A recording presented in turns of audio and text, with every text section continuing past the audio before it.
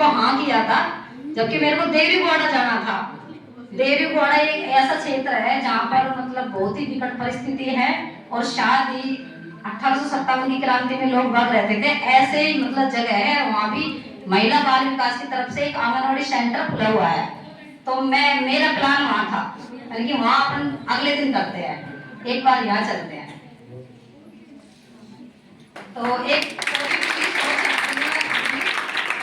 मेरा मानना है कि महिला एक ऐसी शक्ति है, अगर उसको पहचाना जाए तो बहुत बड़ी शक्ति है, और अगर नजरअंदाज किया जाए तो कुछ नहीं। जिसके ऊपर दो परिवारों की नींव होती है, अगर अपन उसमें समझदारी ला दें तो जो 9 दुर्गाओं की पूजा करते हैं शायद वो स्वरूप हमारे घर में ही है।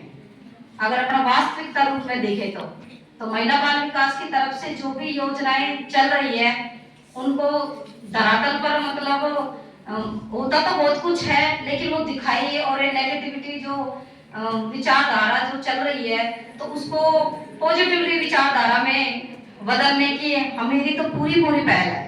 तो मैं सोचती हूँ कि हर घर में अगर एक बेटी ऐसा दिया बन जाए तो शायद महिला बाल विकास की छवि कुछ और होगी, अब तक नहीं थी, आगे कुछ और होगी।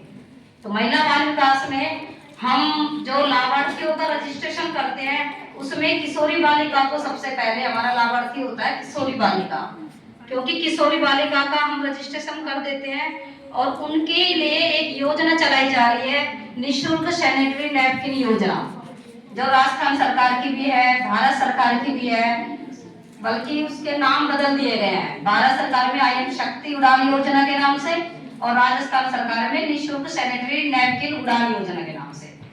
तो उसमें स्वच्छता और जो मासिक धर्म होता है उसकी अवेयरता के बारे में बताया जाता है।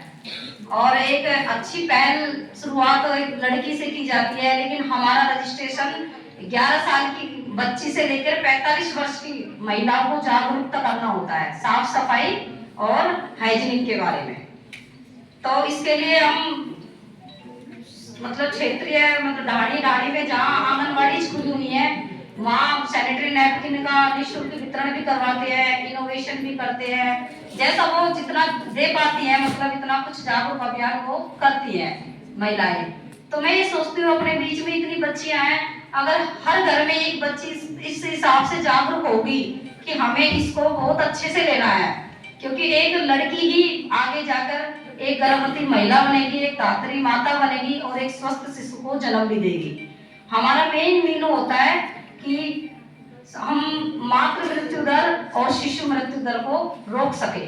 तो उसकी पहल जो जड़ की नींव की शुरुआत है वो होती है हमारी किशोरी बालिकाएं।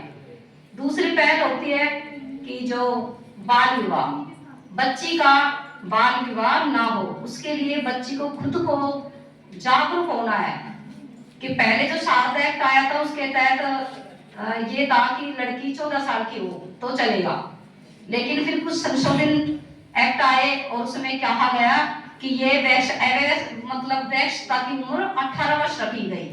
क्यों रखी गई 18 वर्ष, मतलब क्या 14 साल से 18 पे आए?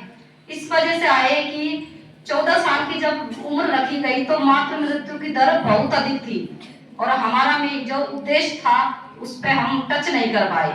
तो अब 18 वर्ष जब लड़की की उम्र रखी तो उसको माना गवर्नमेंट ने पर ये परिपक्व उम्र है कि इसमें बच्ची कम से कम, एक गरीब परिवार की बच्ची का विवाह अगर 18 वर्ष में अपन करते हैं तो शायद वो दो परिवार की जिम्मेदारी जो संभालती है वो शायद संभालने में सक्षम है और एक स्वस्थ शिशु को जन्म दे सकती है। परिपक्व मानते तो वो कम से कम बच्चियों को अपना मतलब इतना तो अपने अंदर कॉन्फिडेंस होना चाहिए कि अगर मेरे माँ बाप मेरी शादी 16 साल पे करते हैं या 17 साल पे करते हैं तो शिक्षित होने का मतलब क्या है कि मैं स्वयं के प्रति जागरूक बनूं।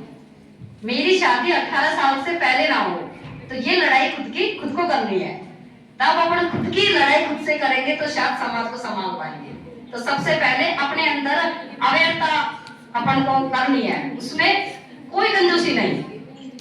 तो अपना पहला दूसरा मीनू अपना जो मेन लक्ष्य है वो पूरा हो जाएगा कि 18 साल पे शादी। उसके लिए सरकार बहुत योजना दे रही है कि भाई बच्ची 18 मतलब जो एक प्रलोभन होता है, ये कहते हैं ना कि राजस्थान में तो मट्टी भी अगर फ्री की मिल जाए तो लोग बाग लेने से हिचकिचाते नहीं है। तो एक प्रलोभन दिया है कल्याणकारी योजनाओं के द्वारा कि अगर पहली महिला बाल विकास से जो योजना मिलती है कि पहले बच्चे पर 5,000 रुपए की राशि, प्रधानमंत्री मातृ वंदना योजना जिसका नाम है, कि अगर महिला की उम्र 18 साल या इससे अधिक हो और शादी होती है या डिलीवरी होती है, और डिलीवरी संस्थागत हो या प्राइवेट हो या सरकारी, लेकिन संस्थागत होनी चाहिए, तो उसको 5,000 रुपए राशि दी जाती है।